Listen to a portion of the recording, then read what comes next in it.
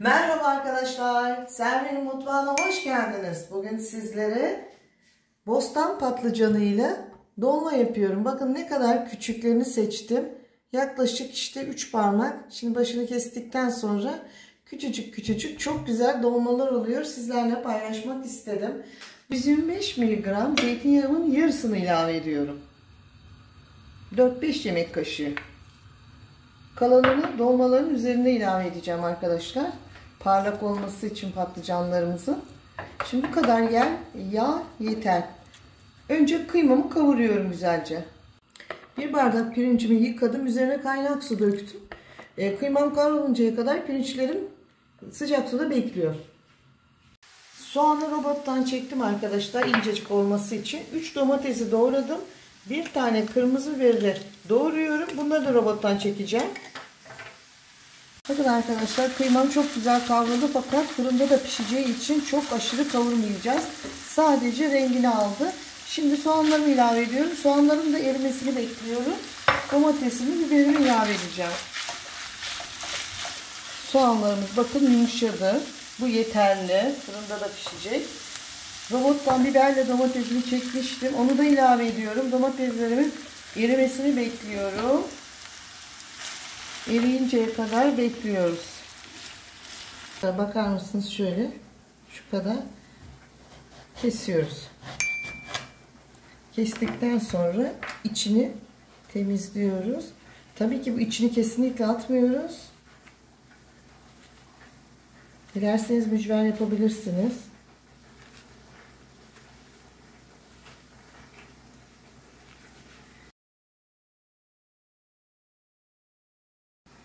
Arkadaşlar şu dondurma kaşığı çok güzel yapıyor. Eğer varsa elinizde. Yoksa bıçakla da yapabilirsiniz. Çok da ben ince sevmiyorum arkadaşlar. Biraz patlıcan etli etli olsun istiyorum. Çok az daha incelteceğim. Tamamdır.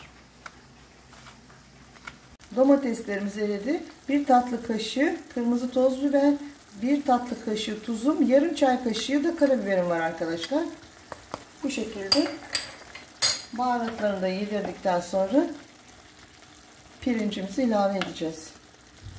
Sıcak suda bekletip süzmüş olduğum pirincimi ilave ediyorum. Pirincimi de karıştırıyorum. Daha sonra kapağı kapatıyorum. Pilav gibi kıymayla demleninceye kadar ben de dolmalarımın içini bitiriyorum arkadaşlar. Boş durmuyorum.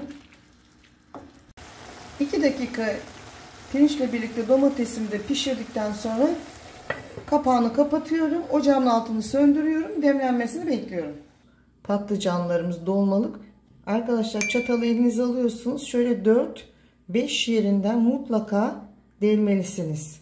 Ki pişerken içine su girsin, lezzetlensin. Bu çok önemli püf noktası. Şimdi patlıcanımızın içine şu şekilde tuz serperek bir 15 dakika bekletip acı suyun akmasını istiyoruz. Bu şekilde ters çeviriyoruz. Demlendi. İçerisine doğramış olduğum maydanozu koyup karıştırıyorum. Patlıcan dolmamın içerisine maydanozu koydum.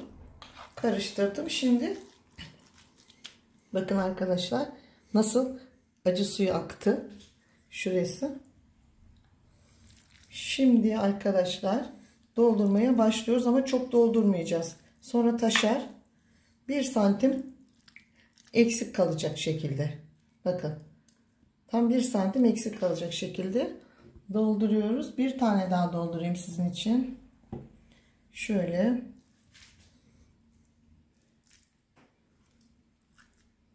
Eğer tuzlamazsanız içerisini lezzetsiz olur dolmalarınız. O yüzden bu şekilde dolduruyoruz. Çok doldurmuyoruz. Tamam.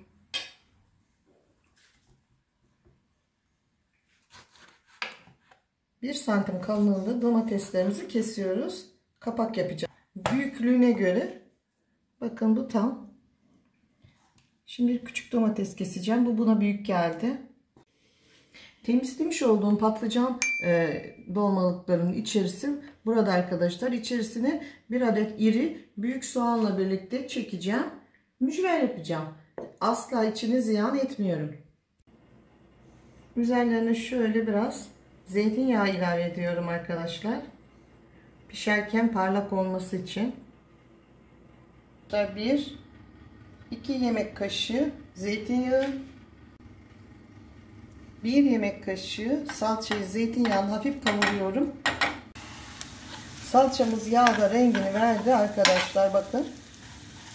Şimdi içerisine şöyle sıcak su ilave ediyorum.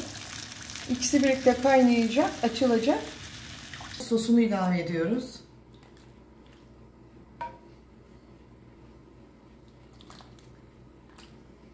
Bakıyorum. 1 su bardağı yeterli arkadaşlar. Çünkü 1 su bardağı pirincimiz var. Şimdi buharlaşma da yapacak. Cam kabımın kapağını kapatıyorum. Önce bir 25 dakika cam kapağıyla pişireceğim. Daha sonra kapağını açarak domateslerin kızarmasına izin vereceğim. 200 derece fansız fırına gidiyor. Cam kabımın kapağını aldım. Şimdi üzerinin kızarmasını bekliyorum.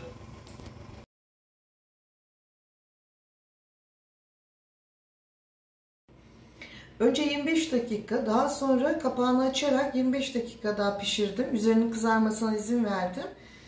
Toplamda 50 dakikada fırında yemeğim hazır oldu. Kıymalı bostan patlıcanı ile yapmış olduğum bu yemek gerçekten arkadaşlar çok lezzetli oluyor. Sizlere öneriyorum. Videomu izlediğiniz için çok teşekkür ederim. Eğer hala abone değilseniz lütfen kanalıma abone olmayı, beğenmeyi, yorum yazmayı, bundan sonraki tariflerimden haberdar olmak için lütfen zil tuşuna basınız. Hoşça kalın, sağlıkla kalın, mutlu kalın. Lütfen Server'in mutfağını izlemeye devam edin.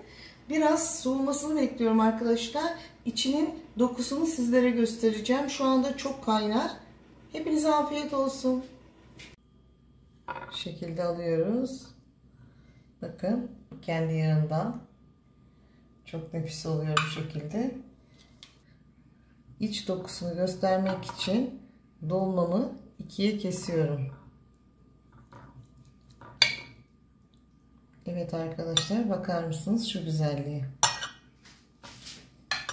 Yaz aylarının en sevilen yemeğidir bizim evde. Hem sebzesi, domatesi, kıyması, patlıcanın fırında piştiği için arkadaşlar közlenmiş gibi oluyor. Bakın dağılma var mı? Kesinlikle dağılma yok.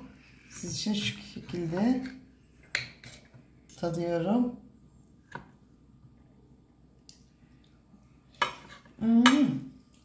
Arkadaşlar fırında piştiği için patlıcan muhteşem ötesi. Şahane lezzetli. Bu güzel tarifimi deneyin. Hepinize afiyet olsun.